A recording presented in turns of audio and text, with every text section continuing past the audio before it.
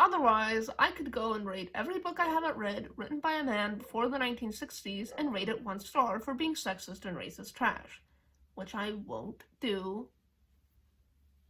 as much as I want to.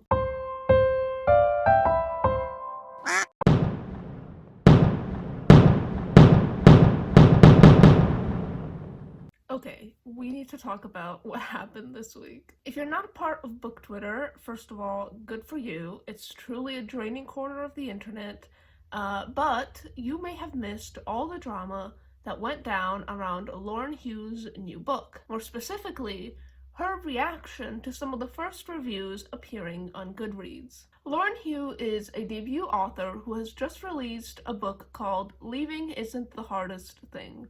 It was released on April 13th to largely positive reception, with glowing reviews from the likes of Roxanne Gay, who said, quote, "When you come to the breathtaking end, you will know what it means to be entrusted with the beautifully messy truth of a person's life." So why is it then that it is currently sitting at less than 2 stars on Goodreads with over 2,000 1-star ratings and being ripped to shreds on Twitter? It all started when Hough posted this tweet ridiculing reviewers who gave her book 4 stars, saying they did it to show that they are, quote, super tough reviewers who need to, fall in love, you know? She then followed it up with screenshots which she shared with her large following of Goodreads comments discussing the ratings. She kept going, adding, quote, "You wouldn't want to be stuck sitting by one of these nerds on a plane." This is in itself incredibly inappropriate behavior, and it does go without saying that authors should never target reviewers, especially when they have such a jarring hierarchy in platform sizes.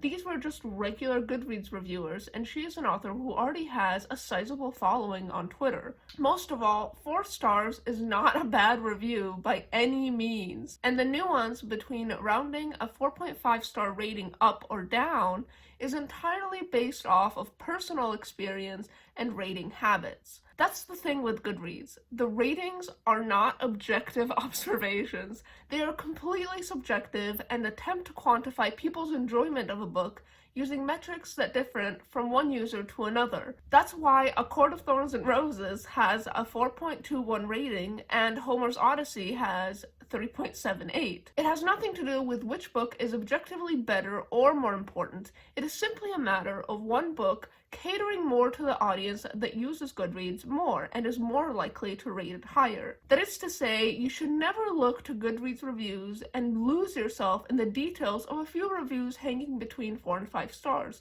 especially because both of those ratings are great. Twitter and Goodreads alike were quick to grab their pitchforks and come at the author with all of their combined strength.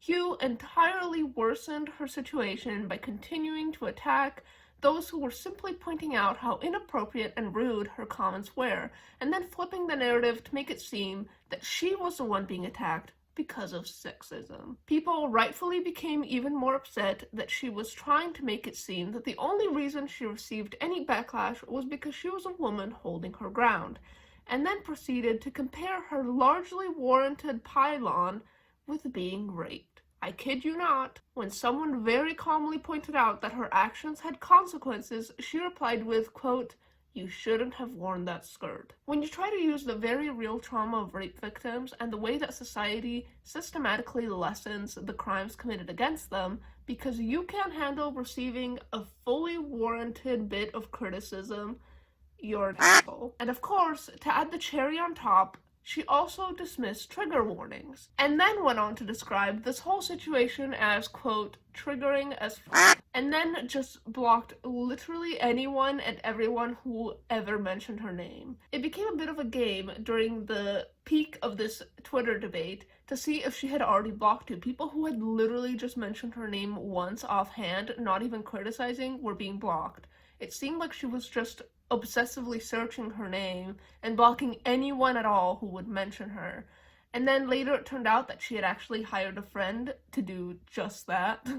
I think this particular exchange really sums up the whole situation, where somebody defending Hough says that this whole rounding up or down system is, quote, f***ing pompous, which is then followed by this other user painfully explaining how the Goodreads rating system works, ending with, quote, It is a book reviewing website. So what is my issue with this situation? I'm definitely not one of those people who thinks that this pylon is sexist. The point that people are trying to make is that it is entirely inappropriate for this author to ridicule small reviewers, especially when, again, they are really just deciding between an extremely good review and a very good review. I personally did not see any tweets that took this criticism and then ran with it to throw sexist hate at the author, although I'm sure those exist because it's Twitter. But the fact remains that the majority of the criticism stemmed from a completely valid point that did not touch on the fact that she was a woman. I did, however, think that we began to toe the line between valid criticism and outrage and inappropriate mob behavior when we began piling on the one-star reviews. Before I get into this, I want to point out a couple instances when this or a similar situation has happened in the past. Some of you may remember very recently Blood Heir was pulled from its intended release date because of a massive wave of criticism with a similar pattern of people who hadn't read the book giving it one-star reviews and screaming at the author on Twitter. She was accused of racism, with one review reading, quote, "This book is about slavery, a false oppression narrative that equates having legitimately dangerous magical powers that kill people with being an oppressed minority, like a person of color." A lot of this criticism seemed to stem from a misplaced belief that the story was based off of American slavery, when in reality the author had based it off of her own experiences as an immigrant and as a Chinese woman. Now, the book has largely positive reviews on Goodreads, but the fact remains that a mob of critics who had not read the book, growing with every user who saw negative reviews and grabbed their pitchforks at the mere sign of the word racism, nearly derailed the career of a woman of color. Similar pylons, some warranted and some not, have occurred recently with books like The Black Witch and A Place for Wolves. I'm not going to sit here and pretend that I'm not immune to this stuff. I'm guilty of participating as well. And any reasonable person will tell you that the power that social media has given to the masses has allowed very bad people with very bad ideologies to be removed from positions of power. So I'm definitely not trying to take down all of cancel culture, because it does do good sometimes. The issue I'm trying to point out here is that when we take a few tweets or reviews at face value without doing our own critical thinking or research, we risk hurting real people, sometimes irreparably. Now, the examples I have brought up are obviously quite different from our current situation with Lore and Hough. Most of them were based off of scathing early reviews, while Hough seems to have had the opposite problem. Her reviews were great, but she sabotaged her own debut by tweeting mean-spirited comments at small reviewers who were only trying to praise her essays. And now we return to my previous comment. As I said before, my main issue with this whole ordeal was the avalanche of Goodreads users who swarmed to her book to rate it 1 star. If you are rightfully upset with her Twitter raging and made the decision not to buy her book, I would not fault you. I won't be picking this one up either. I'm also not convinced with the argument that we should separate the author from the work, seeing as the entirety of the work is based off of her personal experience and growth. If her behavior is any evidence of it, I don't think there's anything worth reading in the novel, or at least nothing I would truly believe after seeing her target reviewers on Twitter. But again, don't read it. Spread information of her behavior to potential readers.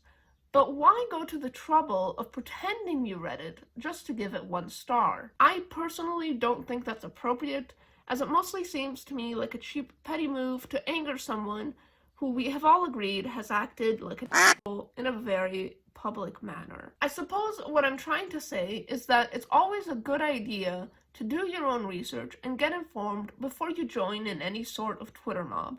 And in this case, part of that research, in my opinion, includes reading the book before you rate it. You can't go around rating things 1 star because the author did something you find objectionable. Otherwise, I could go and rate every book I haven't read written by a man before the 1960s and rate it 1 star for being sexist and racist trash, which I won't do as much as I want to. I don't think this is an issue with a clear black and white answer, so I'm really curious to hear what you all have to say about this. Was the Twitter and Goodreads pylon too much? Should people who haven't read the book still rate it 1 star just because of her actions? Are the ethics in this case different than with a situation like Blood Heir or A Place for Wolves? Thank you for taking the time to watch my video. I know this isn't very well organized, but I literally just found out about this last night, and I wanted to participate in the conversation and share my thoughts. Comment if you disagree. I look forward to hearing all of your opinions, and look down in the description below for all of my sources.